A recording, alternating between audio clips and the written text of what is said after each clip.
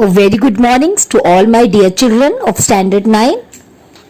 I hope you all are fine at home. Welcome you all in Geography class. Children, today we will be learning Lesson 9 Trade. In the given picture of various commodities like fruits, food grains, clothes, and these are the commodities which we use as per our needs. We get all commodities which shown in the picture from the manufacturers and producer through the wholesale traders and retail traders also. Sometimes we go to the supermarket or to the shopping mall to purchase all these commodities. So children, after we purchase the things in the shops or into the mall, the shopkeeper takes money in exchange of commodities or whatever we have purchased from him. So the act of buying and selling is called to be as a trade. So children, this is what we are going to learn in this chapter, trade. Let's see what is a trade. The buying and selling of goods is done to fulfill each other's needs. These who purchase are the consumer of goods, the producer produces, and the seller sells the goods. So buyers and sellers buy and sell the goods respectively. This is called trade. So children, here buyers means the consumer who pays in exchange or the services. You can also say that trade is an economic activity because when an activity is done for a monetary gain means to earn the money is called as an economic activity. So in this economic activity here, the producers produces the things and the sellers sells the goods to the consumer. So this is called as trade. Why do we trade? The economic life of people is interdependent. No region or country is self-sufficient. Trade between two regions is necessary to fulfill the needs of the people. As each region has different geographical conditions, each region produces specific commodities. If there is a paucity of a commodity, then there is a demand for that commodity. The place where it is abundant provides the supply of the commodity. Thus, supply is done from regions produces excess commodities to region facing deficit according to the demand. So children, here the economic life of people is interdependent. That means we cannot produce or manufacture all our needs on our own self. We are going to depend on the others for some of our needs in daily life. No regions or no country is a self-sufficient. That means, however, rich and powerful nations the nation is not going to be self-sufficient one. That is, they cannot produce or manufacture all the things for their own nation. Trade between two regions is necessary to fulfill the needs of the people. We can say that need is an important factor in trade. It is only because of the need the trade relationship take place between two regions or the two nations. As each region has a different geographical condition, each region produces specific commodities. Let us take an example of Kashmir. In Kashmir, more and more apples can grow, whereas in the case of Konkan in coastal areas, here instead of apples, more and more number of mangoes and jackfruits can grow. And if you go to Punjab, more wheat plantations can grow over here. So here according to the geographical regions, you can say that the production of the commodities is all based on the geographical condition of that place. If there is a paucity of commodity, children, paucity means insufficient supply, then there is a demand for the commodities. So when the commodities become scarce and they have become insufficient, that means there is a more and more demand for that commodities. The people where it is abundant, abundance means in a large amount provides the supply of the commodities. So those places who have the abundant or large number or sufficient amount of production with them, they will definitely try to give to those places where there is a paucity of commodities is there.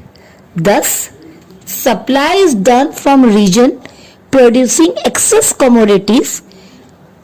Excess means more commodities. You can say more commodities, okay? To region facing deficit. Children, deficit means it is a situations in which the supply is less, that is demand. That is called a deficit. Understood? Deficit means supply is less, that is demand. So it is called as deficit. According to the demand, so whenever the production is more in that region, those regions will definitely try to give these commodities to those places where there is a deficit condition. Let's see barter system. Barter system is a method of trade in which goods are exchanged without the use of money. Children, this barter system is an old age exchange method. This system has been used for centuries long before money was invented. This system was used in the ancient time medieval period. Trade was done only through the barter system. In this, there was an exchange of goods for the other goods, like grains were exchanged in lieu of work done, or oil, salt, honey and milk were exchanged for the grains. There was no currency used in this trade at all. But this creates problems of estimating a proper price of the commodities. So people used to encounter a lot of problems. So as a result, the use of currency started. Let's see visible trade. Children, trade involves selling and buying of goods. For example, we get vegetables from the vegetable sellers. When we pay him money, we get books for which we pay the money to the shopkeeper. So when we give the money to the shopkeepers to buy a car or furniture, okay, in exchange we get the goods. This is called to be as a visible trade. But children, there is another trade in which we do not get the goods in exchange, but we get the services. This is called to be as a invisible trade. Let's see the example of invisible trade. We travel by vehicles, we pay the fare. In exchange, we do not get any commodity, but we get services. So in these services, the service provide here fix a particular location and help us to reach our destinations. Same in the case when we go to a doctor or to a lawyer, when we go to them to take advice, that time we don't receive any commodity within the money what we pay to them, but we get the doctor or lawyer's services by paying for the service. We can use their skills and intelligence to get the advice. Now let us learn about the types of trade. Types of trade is divided into two parts. First one is on the basis of quantity of goods. Further, it is subdivided into two parts, wholesale trades and retail trades. Second one is on the basis of the extent of trade regions, and further it is divided into two parts, domestic or internal trade and international or external trade. So let us focus on according to the quantity of goods, under which we are going to study about the wholesale trade and retail trade. Let's see wholesale trade. Traders buy commodities on a large scale directly brought from the producer. The commodities are also sold on a large scale to retail traders. This is called wholesale trading. Wholesale traders buy goods on a large scale from industrialists, farmer, etc. For example, the orchards owners of mangoes or oranges sell their entire productions to wholesale traders. Retail trade. When the traders buy goods from wholesale traders and sell it directly to consumers, then it is known as retail trading. So children, the quantity of goods sold in this case is less. For example, the shopkeepers selling goods, vegetable vendors in market. Now based upon the extent of the regions, the trade is being divided into two parts, that is domestic or internal trade and international trade or external trade. The buying and selling of goods happens at various levels. On the basis, trade can be divided into local, regional, national and international trade. Let us learn about the domestic trade. This trade takes place between different regions with the same country. The size of the country, diversity, distribution and availability of natural resources affect the internal trade within the country.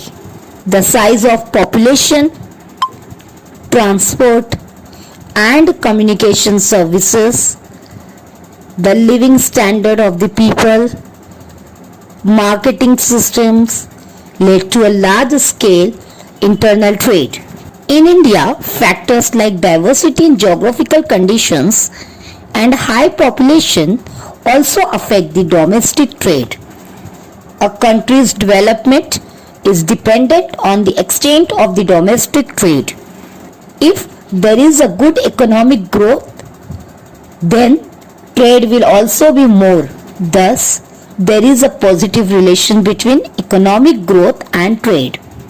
So children, what you understood? Actually, the importance of domestic trade is the country that exchange of goods within the country. By doing that, it also makes sure that the factors of productions reaches to the right place so that the economy of a country can grow well. For example, the trade between the Kolkata and Mumbai or between Kolkata and Chennai. This is an example of domestic trade which take place within the country. Let's see international trade. International trade means the exchange of goods and services of one country with other countries. Some countries produce specific products in excess, for example, crude oil in Saudi Arabia, Kuwait, and wheat production in the USA, Canada, etc. So children, the international trade allows the country to expand the market for both goods as well as further services. The most commonly traded commodities are clothes, machinery and raw materials. But due to the international trade, the goods and the commodities are available throughout the country. Now, one of the advantage of this international trade is, due to the international trade, the market contains a greater competitions, and as a result, more and more competitive prices come up, which brings the cheaper products for the consume. So this is one of the advantage or the benefits of this trade. Now let us learn about the two types of international trade, the bilateral trade and the multilateral trade.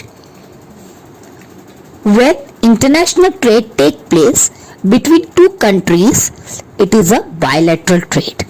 When it occurs between more than two countries, it is called multilateral trade.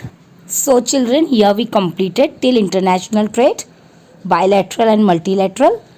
In the next video, we will continue from export and import. Thank you students. Have a nice day.